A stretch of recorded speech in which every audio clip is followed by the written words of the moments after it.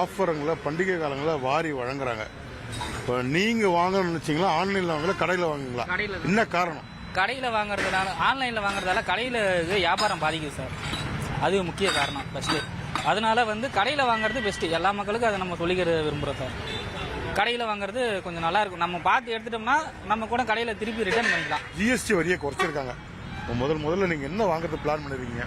Car வாங்கலாம்னு plan பண்ணியிருக்கேன். இப்போ கார் வாங்கினா 1 லட்சம் அளவுக்கு குறையுது. அதனால் கார் வாங்கலாம்னு பிளான் பண்ணியிருக்கேன். மத்திய சர்க்கார் இப்போ ஓரளவுக்கு பரவாயில்ல, ஜிஎஸ்டி குறைச்சதால எல்லாம் நல்லதாக தெரியுது. யூஸ்ஃபுல்லாக இருக்குது மக்களுக்கு, நடுத்தர மக்களுக்கு. நம்ம பண்டிகை கால ஆஃபராக நிறைய ஆன்லைனில் கொடுத்துக்கிட்டு இருக்காங்க.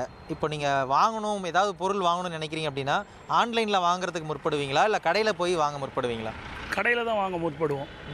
ஏன்னா அதனுடைய தரத்தை நம்ம தெரிஞ்சுக்கலாம்.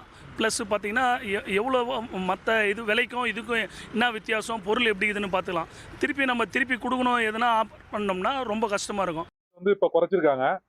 ஆனால் நீங்கள் முதல் என்ன பொருள் வாங்க போகிறீங்க? டீ கடை இந்த மாதிரி சில்லறை வியாபாரம் செய்கிற ஒரு ஸ்தாபனம் வச்சுருக்கேன். இந்த ஜிஎஸ்டியால் அதை குறைச்சிருக்கிறது வரவேற்கத்தக்க ஒரு விஷயம். ஆனால் இது அடித்தட்டு மக்களுக்கு இது பயனளிக்குமா அப்படின்னு கேட்டால் இதை பயனளிக்க விட மாட்டாங்க கார்ப்பரேட் நிறுவனங்கள். அவங்களுடைய பொருள்களுடைய தன்மையை மாற்றி, அதாவது இன்றைக்கி இருக்கிற ஒரு 70 கிராம் பொருளை திரும்ப 80 கிராம் 90 கிராம் ஆக்கி அதே விலைக்கு தான் விற்க பார்ப்பாங்க. அவங்க வியாபாரம், அவங்களுடைய பொருட்கள் வியாபாரம் நல்லாயிருக்கும். மக்களுக்கு இதனோட பொருளாதார பலன் கிடைக்கிறதுக்கான வாய்ப்பு கம்மின்னு தான் நான் கருதுகிறேன். ஆன்லைன் இந்த மாதிரி வர்த்தகத்தில் எனக்கு நம்பிக்கை கிடையாது. சில்லறை வணிகத்திலே நான் மொத்தமாக எதாக இருந்தாலும் என்னுடைய உள்ளூர் வியாபாரிகளுக்கு முக்கியத்துவம் கொடுத்து நான் அங்கே தான் வாங்குவேன்.